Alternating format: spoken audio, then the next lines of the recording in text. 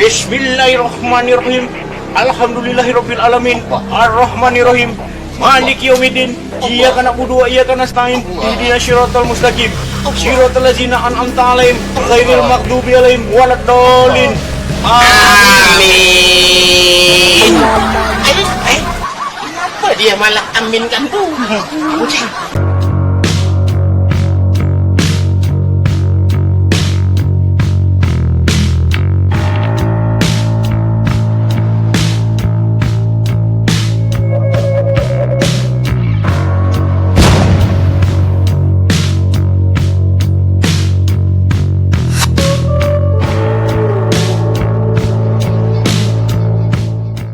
Di dalam literatur studi filsafat, tidak satu pun berbicara tentang alam gaib secara definisi yang jelas, selain memakai analogi, supranatural, magis, mistis, mitos, dan lain-lain, yang pada intinya tidak ada mengandung pengertian bersifat umum atau universal.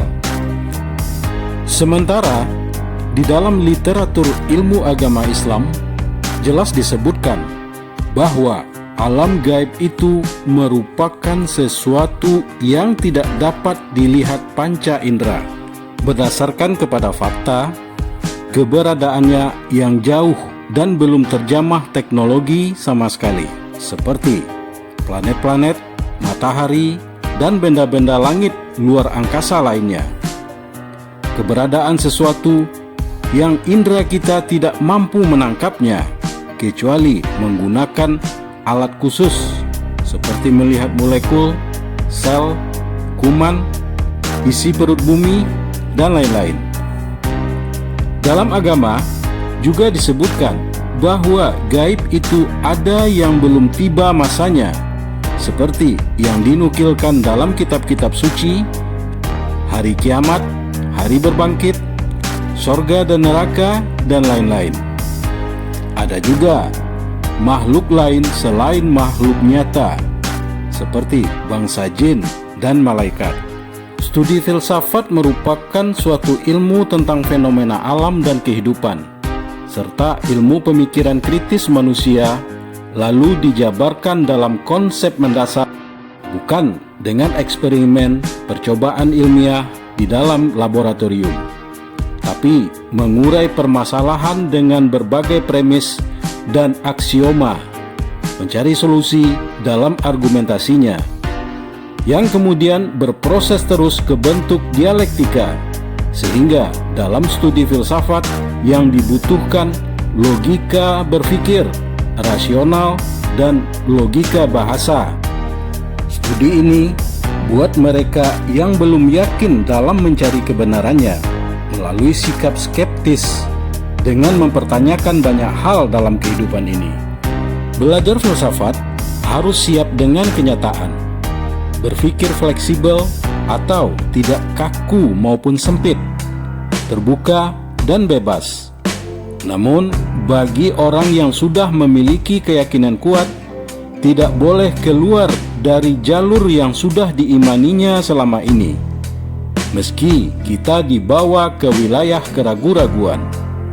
Hargai perbedaan pendapat di kalangan orang-orang yang sedang berpikir.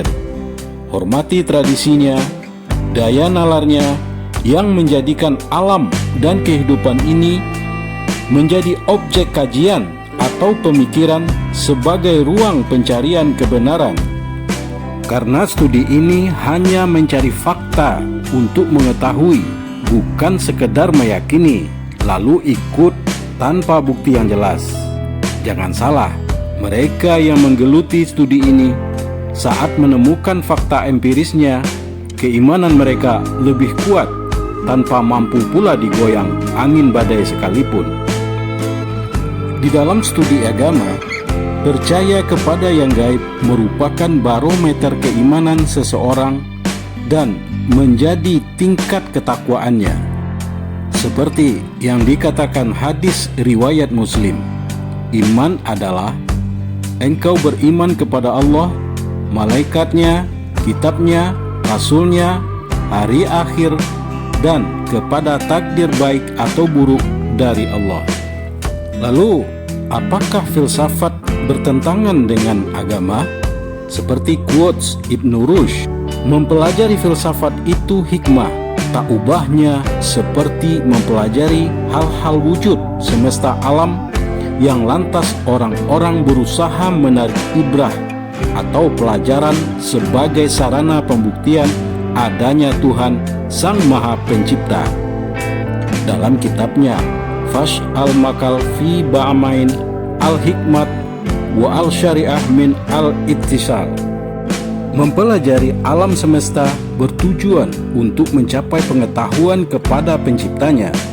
Karena agama memerintahkan manusia wajib memikirkan dan mempelajari semua mahakaryanya ini agar lebih mengenal Tuhannya. Semakin sempurna pengetahuan seseorang tentang alam ciptaan ini, semakin sempurna pula pengetahuannya tentang keberadaan Tuhannya. Namun, bila seseorang semakin merosot imannya setelah kenal ilmu filsafat, yang salah bukan ilmunya, tapi ketidakmampuan dia berkecimpung dalam dunia filsafat, tidak mampu mengendalikan diri ketika terikat pada hal-hal yang dilarang agama, dan belajarnya tanpa didampingi oleh orang yang ahli di bidangnya. Karena setiap manusia dalam mencari kebenarannya atau menerima pengetahuannya berbeda-beda. Orang yang tidak belajar ilmu filsafat pun banyak yang tidak mempercayai eksistensi Tuhan. Wallahu a'lam bishawab. Assalamualaikum warahmatullahi wabarakatuh.